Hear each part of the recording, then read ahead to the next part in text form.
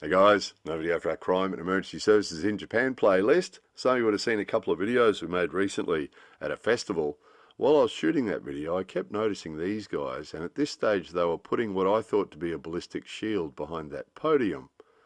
And the more I watched these guys, the more I was convinced that they were the advanced group for a SP team, for a bodyguard team. So the way they were dressed, the bulges in their suits, the fact that they kept talking into their hands. So I do have a little bit of experience at this kind of thing back in Australia in a previous life. So I was totally convinced at this stage that, yeah, these guys are checking out the terrain, checking out the environment, checking out the perimeters, seeing who's here, seeing what's going on. So this young guy and that other young lady seem to be leading this advanced group. There's an advanced group of about 5 or 6, checking out where the VIP was going to be sitting, doing a lot of talking into their hands. So it's sort of interesting because out in the countryside where we live, we don't see a lot of this sort of thing. And then the next police car turned up, unmarked police cars they were. The next one turned up and these two older looking dudes got out, looking very in charge. Everybody was reporting to them. Obviously these guys were the bosses of the advanced team, making sure everything was cool. So, of course, Prime Minister Abe, Japanese Prime Minister Abe, was killed by a guy with a homemade gun a while ago. And then after him, there was a bomb attempt. Someone made a bomb and threw it at another prime minister in Japan. So as a result of that, what we have today is a minister from the Japanese government was coming to give a speech. So that's why this team was involved. So a couple of uniformed coppers there. And then some senior uniformed coppers turned up to inspect the goings on. Probably to be seen that they were there inspecting the goings on as much as anything else. And then the VIP turned up with another police car behind it. Those police cars have a red flashing light that pops down inside the roof, folds down inside the roof. And they sealed off that road, and then they kept that exit clear. Anytime a car came anywhere near that exit, they got very nervous and made them move on because they want to keep that exit clear so they can get away if they need to. So interestingly, we have a family member. There goes the VIP. The guy in the front in the huppy, the grey with the black trim, just went around the corner. That was the VIP. And so these are the cars. While we're standing looking at these cars, one of our family members who I knew was on an SP team for Aichi Police hopped out of one of the cars.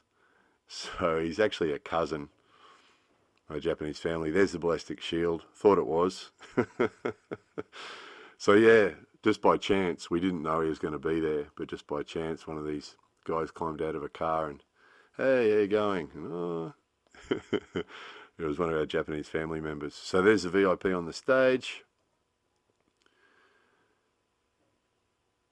And the guy standing there at the back. Now, they've got ballistic shields too. Those things that they've got that look like briefcases or folders or something, they're ballistic shields. If you hold one handle, let the other handle go, it folds out. Folds out and gets bigger, 2 or 3 times that size. That's a ballistic shield. Both of them have got one.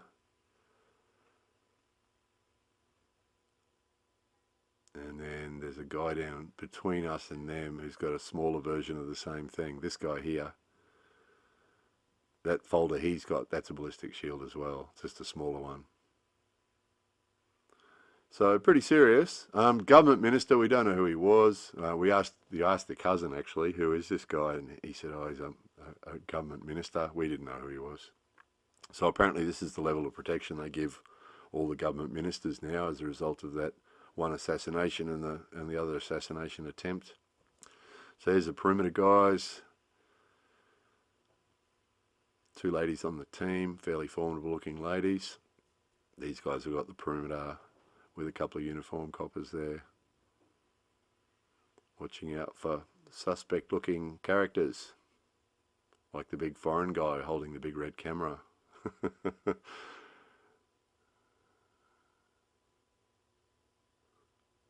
So it was interesting because out in the countryside where we live, we don't see this sort of thing. So there's the man himself.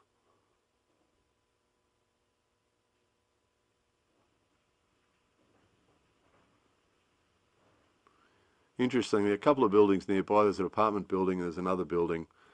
Sort of expected to see someone popping up there with binoculars, but we didn't. There was no one up on the roof. Just sort of these guys in the immediate area. So sign of the time. See the building in the background there, the apartment building? I really expected to see someone up on there, but there wasn't. So they must have figured this was adequate.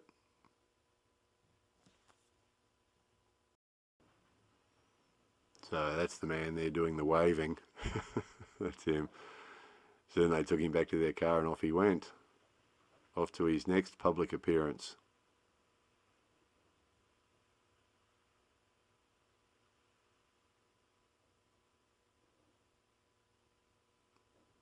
That's sort of interesting, isn't it? We haven't showed anything like this before. We don't see things like this usually. Out where we live in the rice fields, we don't see this sort of behaviour very much at all. So that was something a bit different in the middle of the festival.